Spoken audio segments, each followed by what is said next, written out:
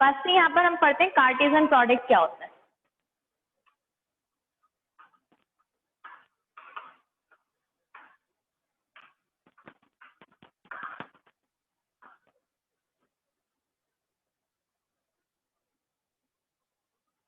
हमारे पास suppose set है 1 2 3 4। Set ए 1 2 3 4 element इसमें कंटेन करे हुए हैं। सेट बी है 5 6 7 और 8। हमें यहाँ पर प्रोडक्ट करनी है ए प्रोडक्ट बी। सेट ए की मल्टीप्लाई सेट बी के साथ करनी है, तो किस तरह से करते थे? पहले सेट ए के फर्स्ट एलिमेंट के इनटू सेट बी के ऑल एलिमेंट के साथ करेंगे। और कैसे लिखते हैं? 1 5 1 6 1 7 1 8। फिर सेकेंड स्टार्ट करते हैं 2 5 2 6 2 7 एंड 2 8। फिर 3 के साथ इसे तो बोलते हैं कार्टेशियन प्रोडक्ट जो बोलते हैं। 3 5 3 6 3 7 3 8 4 5 4 6 4 7 और 4 8 कार्टेशियन प्रोडक्ट इसी तरह से की जाती है। कार्टेशियन प्रोडक्ट थोड़ा सा लंबे डिजिट हो गए। तो सेट ए और सेट बी की यदि हमें आपस में प्रोडक्ट करनी थी तो सेट ए के फर्स्ट एलिमेंट की मल्टीप्लाई सेट बी के ऑल एलिमेंट के साथ करते हैं। फिर ऐसे सेट ए के सेकंड एलिमेंट की मल्टीप्लाई सारे एलिमेंट्स के साथ करते हैं। और सारे के सारे ऑर्डर्ड पेयर में है, ऑल आर ऑर्डर्ड पेयर। अब रिलेशन को हम लोग किस तरह से, रिलेशन में कोई ना कोई हम लोगों के पास स्पेसिफाई कोई चीज दी होगी, हम तब रिलेट करते हैं। Relation from set A, relation from set A, relation from set ए को हम लोग किस तरह से और डिनोट करते हैं? सेट ए टू बी लिख लेते हैं। तो हम इसको डिनोट कर सकते हैं ए कैपिटल आर के साथ set B, A R B. इसको हम पूरी लैंग्वेज में लिख के बोलना तो यह relation from set A to B that means A R B. Set A का रिलेशन सेट बी के साथ है। अब सेट ए और सेट बी का रिलेशन हम किसी भी तरह से ले सकते हैं। ये जो जब हम लोगों ने इनकी प्रोडक्ट करी तो ये सारे के सारे सबसेट है ए और बी के, नहीं है ये चीज और बताइए। All are subset of set A and B और नॉट? यहाँ पे मैंने एक रिलेशन लिखी है, ब्रैकेट में लिखा है A and B such that A and B are both even. दोनों के दोनों कैसे होने चाहिए? Even. And for all A, जो स्मॉल ए एलिमेंट है वो सेट ए को बिलोंग कर रहा है और स्मॉल बी जो है वो सेट बी को बिलोंग कर रहा है। तो अब आप लोग इसमें से सर्च करके बताइए कि इसके अंदर कौन से वाले यहाँ पर हमारे पास चीजें आ जाएंगी जो जिसमें ए और बी दोनों के दोनों कैसे होने चाहिए? इवन। ए और बी इवन कहाँ पर आ रहे हैं? देखो आपको कब आ रहा है? 2 के साथ सबसे पहले 6 आ रहा है, 2 6, 2 के साथ 8 4 6 4 8। दैट मीन्स इसका आंसर ये हो गया हमारे पास 2 6 2 8 4 6 एंड 4 8। अगर रिलेशन ये दिए, सपोज अब रिलेशन में थोड़ा सा चेंज कर दिया, रिलेशन में बोथ इवन की जगह पर मैंने बोथ ऑड कर दिया। इवन के पैलेस पर क्या कर दिया मैंने? ऑड। यदि मैंने इवन की पैलेस पर ऑड कर दिया तो अब क्या आएगी हमारे पास? मैम जो सारे आ जाएंगे। देखिए सारे के सारे आ जाएंगे। Both are odd, both that means ये वाला नहीं आएगा क्योंकि इसमें फर्स्ट एलिमेंट कैसा है? ओड है, बट सेकंड एलिमेंट कैसा है इसके अंदर? इवन। तो ये वाला नहीं है, लाइक करेगा इसके अंदर। 1 5 1 7 और उसके बाद कौन सा आ गया हमारे पास? 3 5 3 7 ओनली 4। 1 5 1 7 3 5 और 3 7।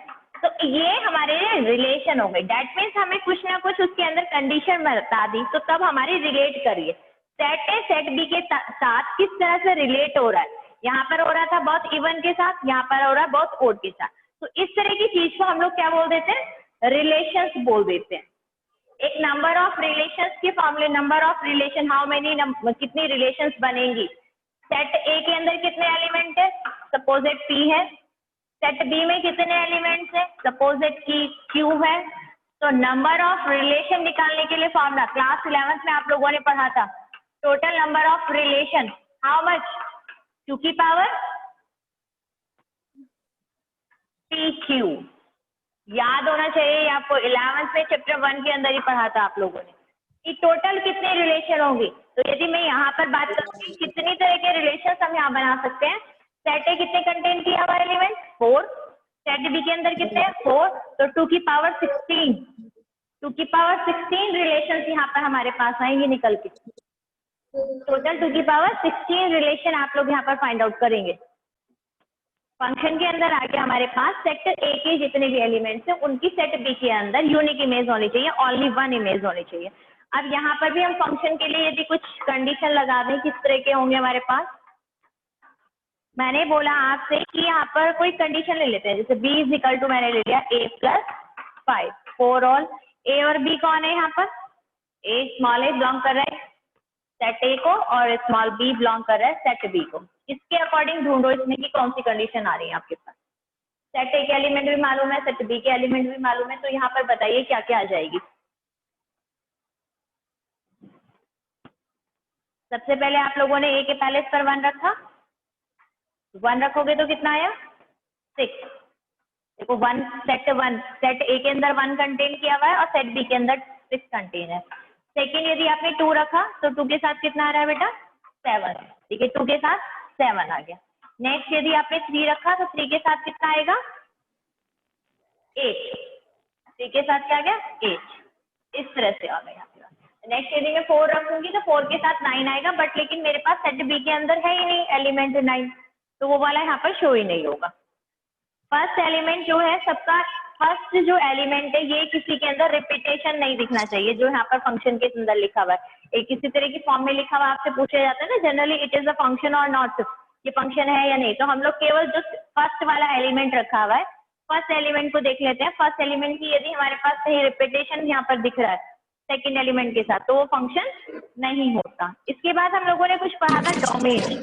What the meaning of domain, domain किसे कहते हैं मैम जो इसकी वाली डिजिट हो तो 6 7 8, डोमेन हम कहते हैं जो फर्स्ट एलिमेंट होता है बेटा, रेंज डोमेन कहते हैं फर्स्ट एलिमेंट को, रेंज कहते हैं सेकंड एलिमेंट को। डोमेन होगा इसका 1 2 और 3 और रेंज होगी इसकी 6 7 और 8। याद आ गया डोमेन, सेकंड वर्ड हो गया रेंज। एक तीसरा वर्ड और था हमारे पास कोडोमेन। कोडोमेन क्या होता है, यस शाबाश, set B is called a codomain, set B को पूरे को कोडोमेन बोल देते हैं। बिल्कुल क्लियर है इतना, आपको अच्छे से मतलब ये पुरानी चीजें थोड़ी सी याद होनी चाहिए, समझ में आ जाए। टाइप्स ऑफ रिलेशन में पहला हमारे पास आता है null and empty relation. Null and empty relation, null set के बारे में आप सबको पता है कि जहां पर कोई भी एलिमेंट ना आए तो हम उसको नल सेट कहते थे। तो ऐसी नल रिलेशन है, तो डेट मीन्स जो कंडीशन हमें दी है उस कंडीशन के अकॉर्डिंग हमें कोई भी एलिमेंट ना मिले तो हम उसको नल सेट, नल रिलेशन में काउंट करेंगे। जैसे कि यहाँ पर हम लोग कंडीशन ले लेते हैं, आर रिलेशन ली मैंने A B is equal to a+5 और for all small A belong, small A and B दोनों के दोनों जो है किसको बिलोंग कर रहे हैं, यहाँ पर सेट ए को ही बिलोंग कर रहे हैं। बताइए इसके अकॉर्डिंग क्या है, d is equal to a+5 है। कोई कंडीशन ऐसी आ रही है, देखो b की वैल्यू रख के देखो, यहाँ पे a की पैलेस का सपोजिट 1 रखा तो ऐड करा कितना आया 1 और 5 6, 1 के साथ 6 आया, तो 6 यहाँ पर है हमारे पास नहीं है, दैट मीन्स यहाँ पर हमें कोई एलिमेंट मिलेगा ही नहीं इसके अंदर। तो इस टाइप की जो कंडीशंस होंगी जहां पर हमें कुछ ना मिले तो हम उसको क्या बोल देंगे नल रिलेशन या फिर नल एम्प्टी रिलेशन। क्लियर हो गया ना नल वाला। तो इसके बाद दूसरा आता है यूनिवर्सल, यूनिवर्सल रिलेशन। अभी यूनिवर्सल रिलेशंस में कौन सी वाली आ जाएंगी, यूनिवर्सल रिलेशन के अंदर कुछ इस तरह की कंडीशन देखिए आप, मैंने मॉड के अंदर दे दिया a minus B is greater than equal to 0, और वापस से वही कि a और b कौन है हमारे यहाँ पर, for all a and b belongs to capital set A। इस तरह की कंडीशन है a माइनस बी, जब मॉडुलस लगा हुआ है तो मॉडुलस के अकॉर्डिंग ये वाली वैल्यू हमेशा क्या होगी, 0 से ग्रेटर ही होगी या नहीं होगी। मॉडुलस साइन की वजह से जब ग्रेटर देन 0 का साइन लगा हुआ है तो आप इसके अंदर कोई भी वैल्यू रखें तो सारे आंसर आपके क्या आएंगे, वो पॉजिटिव ही आएंगे। डेट मीन्स ये पूरा एज इट इज आ रहा है, यूनिवर्सल मिल रहा है, इसमें कोई कंडीशन ऐसी है ही नहीं कि आप इसमें कोई वैल्यू रखो और आंसर ना आए। सपोज दैट आपने ए के पहले पर 1 रखा और बी के पहले पर 2 रखा, तो 1 माइनस 2 तो -1 आया, बट -1 पे क्या लगा हुआ है, इससे मॉडुलस का साइन लगा हुआ, तो मॉडुलस माइनस के साइन को क्या कर देगा, कैंसिल, तो 1 is greater than equal to 0 है या नहीं है। Yes ma'am. इनमें से कोई भी वैल्यू रखो, डेट मीन्स कहने का मतलब है कि वो सारी की सारी वैल्यूज इसके अंदर सेटिस्फाइड करे, तो यूनिवर्सल रिलेशन कहते हैं। अब इन दोनों को डेट मीन्स नल और यूनिवर्सल को मिलाकर ट्राइवल रिलेशंस कहते हैं। एक वर्ड आपके एनसीईआरटी की बुक में लिखा हुआ है कि both are trivial relation, TRIVIAL, trivial relation. Trivial relation होती है जो यूनिवर्सल और नल दोनों, दैट मीन्स ये दोनों रिलेशन ट्राइवल रिलेशन के अंदर आती है। इन आइडेंटिटी रिलेशन में जब दोनों एलिमेंट आपके सेम आ जाए और ए सेट स्मॉल ए बिलोंग कर रहा है सेट ए को, तो इस तरह की चीज को हम आइडेंटिटी रिलेशन कहते हैं। दैट मीन्स आप लिख सकते हैं 1 1 1 2 नहीं लिखेंगे क्योंकि 1 दैट मीन्स दोनों सेम एलिमेंट होने चाहिए, तो 2 2 या 3 3 4 4, इस तरह की जो कंडीशंस होंगी उनको हम आइडेंटिटी रिलेशंस में काउंट करते हैं कि वो आइडेंटिटी रिलेशन कहलाती हैं। रिफ्लेक्सिव रिलेशन को हम आइडेंटिटी वाली से रिलेट करके पढ़ते हैं। अभी आइडेंटिटी वाली आप लोगों ने पढ़ी थी, आइडेंटिटी वाले का मैंने आंसर लिखा था 1 1 2 2, आगे का चाहे तो लिख भी सकते थे बट इतना भी छोड़।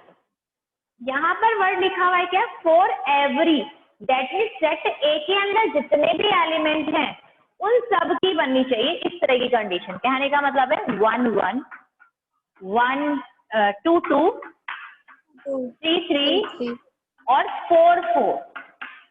जब तक ऐसा नहीं होगा तो वो रिफ्लेक्टिव में नहीं आएगा।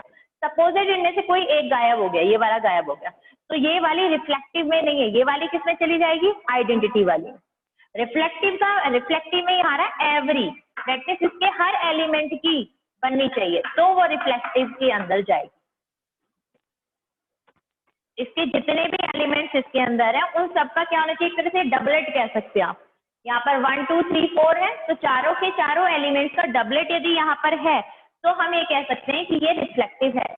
अब अगर हम रिफ्लेक्टिव और आइडेंटिटी के बीच में कंपैरिजन करें तो क्या रिफ्लेक्टिव वाली आइडेंटिटी हो सकती है, रिफ्लेक्टिव वाली आइडेंटिटी हो सकती है, क्या आइडेंटिटी वाली रिफ्लेक्टिव हो सकती है, नो नो। क्लियर हो रहा है, क्योंकि इसके अंदर हो सकता है कि हर एलिमेंट की ना हो, but in this case reflective में आपके पास हर एलिमेंट की होनी चाहिए तो ही वो रिफ्लेक्टिव के अंदर होगा। तो रिफ्लेक्टिव आइडेंटिटी हो सकती है बट आइडेंटिटी रिफ्लेक्टिव।